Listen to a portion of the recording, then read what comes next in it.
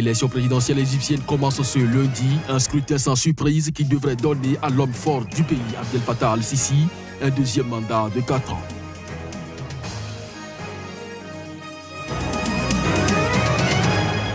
Au Zimbabwe, l'ancien président Robert Mugabe se fait de plus en plus entendre en public.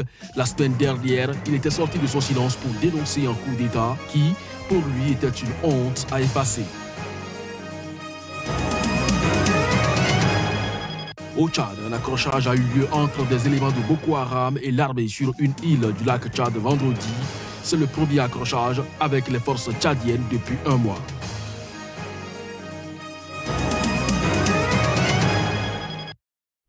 Mesdames, Messieurs, bonjour et bienvenue à cette édition que nous ouvrons par la République congolaise où le général Jean-Marie Michel Mokoko a refusé de répondre à une convocation d'un juge. L'ex-chef de l'armée congolaise, faut-il le rappeler, est incarcéré pour atteinte à la sécurité intérieure de l'État au lendemain donc de la présidentielle de 2016 à laquelle d'ailleurs il avait pris part. Le juge d'instruction souhaitait l'entendre sur les faits qui lui sont reprochés. Reportage. Jean-Marie Michel Mokoko, l'ex-chef de l'armée congolaise incarcéré depuis 2016 au lendemain de la présidentielle à laquelle il était candidat, a refusé de répondre à une convocation d'un juge d'instruction. Ce dernier avait souhaité l'entendre sur les faits qui lui sont reprochés, notamment atteinte à la sécurité intérieure de l'État et détention illégale d'armes et de munitions de guerre. Répondant à sa convocation par écrit, l'homme a mentionné qu'il n'entend plus prendre part à la procédure en justice dirigée contre lui. Comme principale raison, il évoque le mépris de son immunité juridictionnelle que lui confèrent les décrets qui l'élèvent à la dignité de grand officier dans l'ordre du mérite congolais. Chef d'état-major de l'armée congolaise entre 1978 et 1993, le général Mokoko a perdu l'élection présidentielle de 2016, remportée par le président Denis Sassou Nguesso. Vendredi dernier, le général Nyangan Gatse Mboula, ancien commandant de la garde républicaine, a également refusé de répondre à une convocation du procureur de la République qui souhaitait l'interroger dans une affaire de présumé coup d'État impliquant le général Norbert Dabira, arrêté en janvier dernier. Rappelons qu'une session criminelle doit s'ouvrir le 29 mars à Brazzaville pour juger une centaine d'affaires. Au Zimbabwe, l'ancien président Robert Mugabe se fait de plus en plus entendre en public. La semaine dernière, il est sorti de son silence pour dénoncer un coup d'État qui, pour lui, était une honte à effacer. C'était à l'issue d'une interview accordée à l'hebdomadaire de Zimbabwe Independent. Plus de précisions à travers ce reportage. De son éviction en novembre, Robert Mugabe peine à s'en remettre. Face à l'hebdomadaire de Zimbabwe Independent, l'ancien chef d'État zimbabwéen s'en prend à son voisin l'Afrique du Sud, à l'époque dirigé par Jacob Zuma. Selon Mugabe, les autres pays membres de la SADC n'avaient pas les forces pour intervenir dans la crise qu'il a vu partir, mais c'était là le devoir du leader régional, l'Afrique du Sud, d'agir. Mais elle ne l'a pas fait, se désole-t-il. L'interview faisant écho de son état d'âme a été publiée une semaine après la première visite au Zimbabwe du président sud-africain Cyril Ramaphosa. Ce dernier s'est entretenu avec son homologue Emmerson Mnangagwa, mais n'a pas fait de détour par le palais de Blue Roof où vit Robert Mugabe. Interrogé sur l'actuel gouvernement, Mugabe ne mâche pas ses mots. C'est une mascarade, il est illégal et Mnangagwa est une traite pire que Brutus, conclut-il. Par rapport aux prochaines joutes électorales, le climat n'est pas favorable aux élections, affirme l'ancien président zimbabwéen. Et lorsqu'il lui est demandé s'il compte s'investir dans le nouveau parti politique fondé par ses anciens lieutenants, Robert Mugabe se fait évasif. Je vais devoir y penser pas deux fois, car d'autres partis pourraient voir le jour, laisse-t-il entendre. Peut-être une menace déguisée pour un éventuel retour en politique. L'ex-président zimbabwéen n'a visiblement pas dit son dernier mot. Au Tchad, un accrochage a eu lieu entre des éléments de Boko Haram et l'armée sur une île du lac Tchad vendredi. C'est le premier accrochage entre les forces tchadiennes et cette secte depuis un mois déjà. Reportage.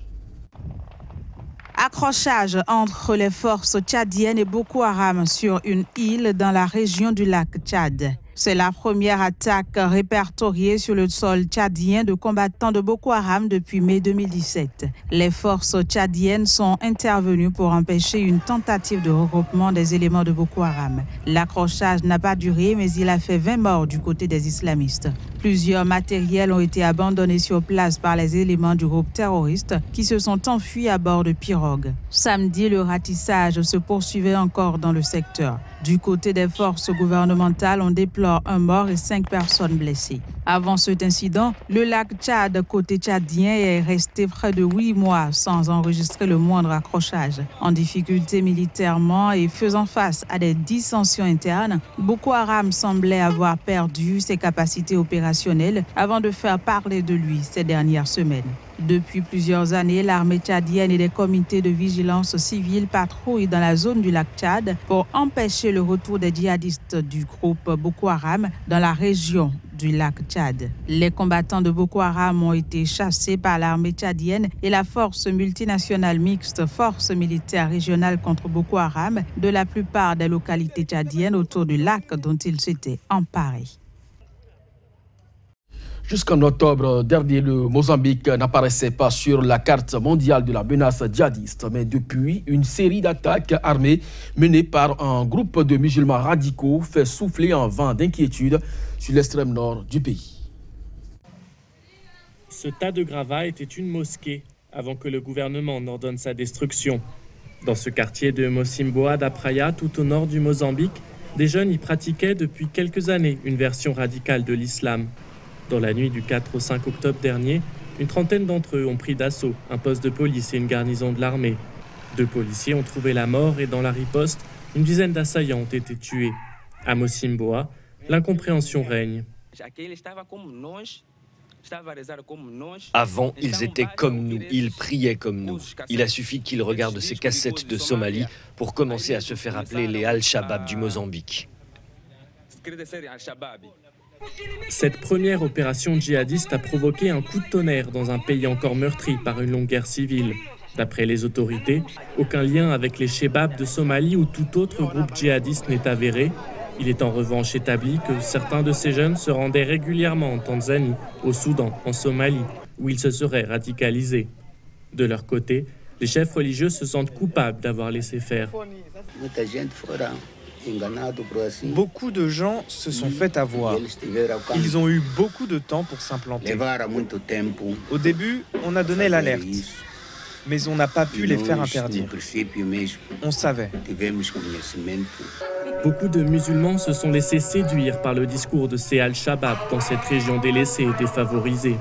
Ils interdisaient ainsi à leurs enfants d'aller à l'école, à leurs fidèles de voter et ils appelaient à combattre l'État et ses institutions. Après les attaques, les autorités ont mené un gigantesque coup de filet. 300 personnes ont été arrêtées et interrogées. Ces événements nous ont pris par surprise. Mais nous contrôlons la situation et maintenant tout va bien. La vie est revenue à la normale. L'armée a levé ses barrages à Mocimboa, mais pas dans les villages alentours. De l'aveu même des autorités, les routes restent sous la menace des rescapés du groupe qui se seraient réfugiés dans la forêt. Les villageois vivent dans la peur. Plusieurs d'entre eux, comme Momadi, font état d'attaques et de kidnapping. Ma femme a été enlevée alors qu'on était en train de fuir. Ensuite, ils m'ont tiré dessus, 2 fois. Je l'ai échappé belle.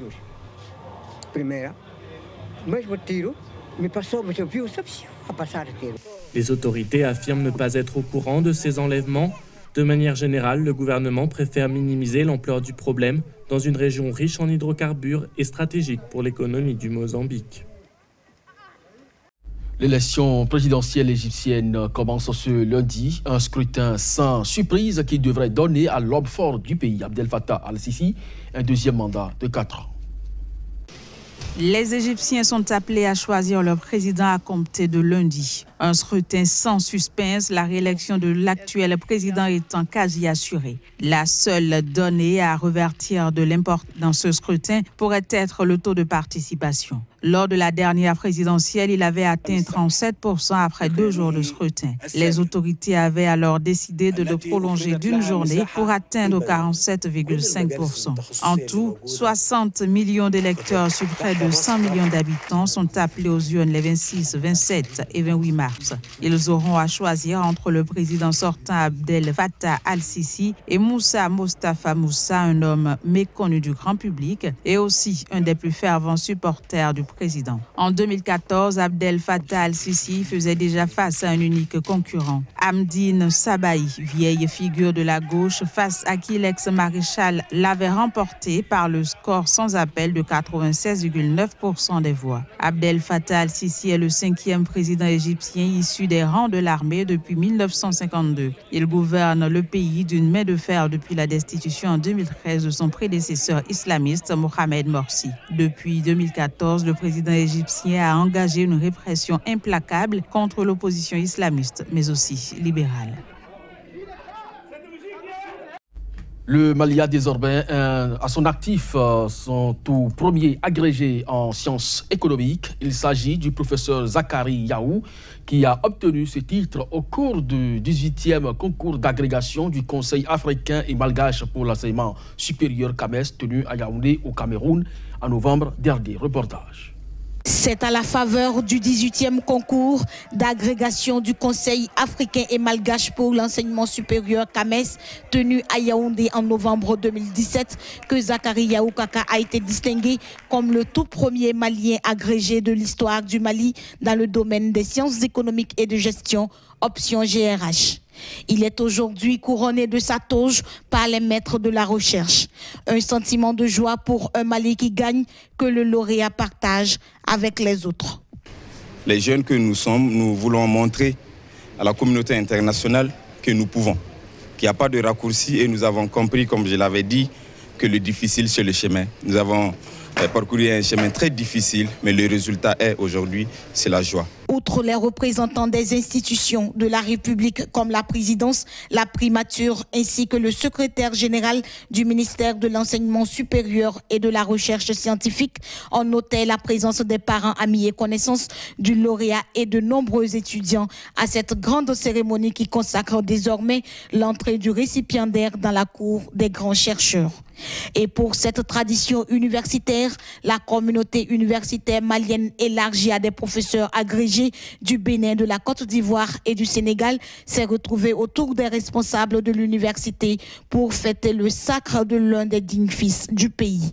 Une réussite qui dénote de la bonne coopération sud-sud, déclare le professeur Emmanuel Nkun. C'est un candidat qui témoigne, n'est-ce pas, de bonnes relations entre les universités du Sud, parce qu'il a été totalement préparé en Afrique, notamment au Bénin, au Togo, au Sénégal et en Côte d'Ivoire. Il faut rappeler que le Conseil africain et malgache pour l'enseignement supérieur CAMES est un organisme de coordination des problématiques de l'enseignement supérieur des pays d'expression française d'Afrique et de Madagascar.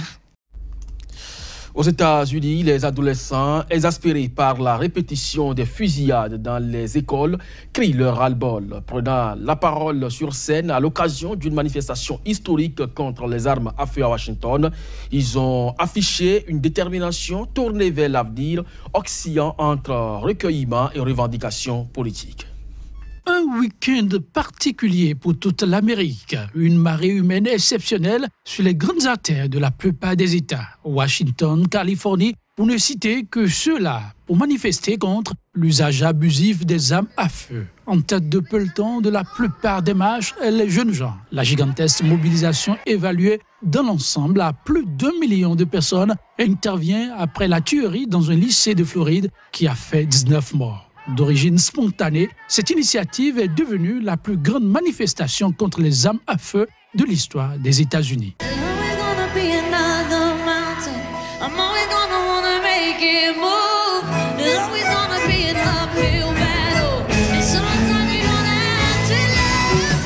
Plus jamais ça était le mot d'ordre fédérant adultes et adolescents révoltés par la répétition des fusillades dans les écoles. D'une seule et même voix, les manifestants ont crié leur frustration, alimentée par l'inaction des législateurs et des pouvoirs publics réticents à agir contre la NRA, le puissant lobby des armes. Même si, cette fois-ci, de nombreux élus démocrates ont participé à la marche et appelé publiquement à légiférer, le Congrès sur la question est toujours au point mort, car les républicains majoritaires dans les deux chambres restent largement inflexibles. Les armes font plus de 30 000 morts par an aux États-Unis avec, pour cible facile, la jeunesse en pleine scolarisation. C'est la fin de cette édition. Merci à vous de nous avoir suivis. Bonne semaine à chacun et à tous.